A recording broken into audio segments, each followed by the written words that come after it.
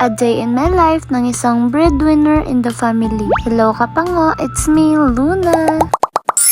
For today's mini vlog kapango, before nga pala ako dyan pumunta sa office, bumili ako dyan ng gulay. O diba, nakatipid na naman si Pango for only 35 pesos. Nasa diskarte lang yun kapango para makatipid. Ginataang kalabasa pala yung ulam natin today kapango, at saka fried chicken yung binili ko po yan kagabi. Ali, nakatipid na naman tayo kapango. Yung budget natin na 100, hindi naman natin naubos, diba? Dahil 55 pesos lang po yung nagasto ko today kapango, 20 sa fried chicken, tapos 35 po sa gulay, o diba? Para-paraan lang talaga yan kapango para makatipid. So dito na part pala kapango, work na tayo. Nag-update lang pala ako dyan ng aming record book, syempre para masunod natin yung trabaho natin. So nag-record pala ako dyan sa monthly report namin kapango, tapos yung mga daily expenses namin, in-arrange ko po para po sa office at para sa main office. Yung main office po namin is Cebu.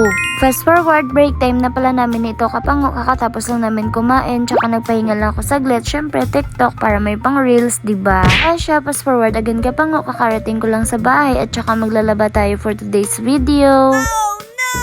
Mas mabuti naman talaga kapango, diba, na sinusunod natin yung ating labahin para hindi dumami. Alam niyo yung term sa amin kapango na kakapoy, gidya kung damo umog, o diba? Hindi mo gets, no?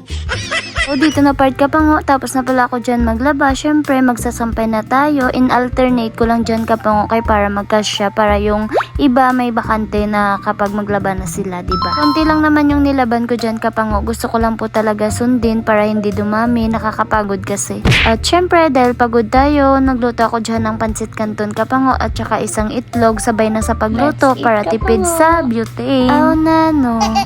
So that's all for today kapango. Thank you for watching. Bye. Jesus loves you.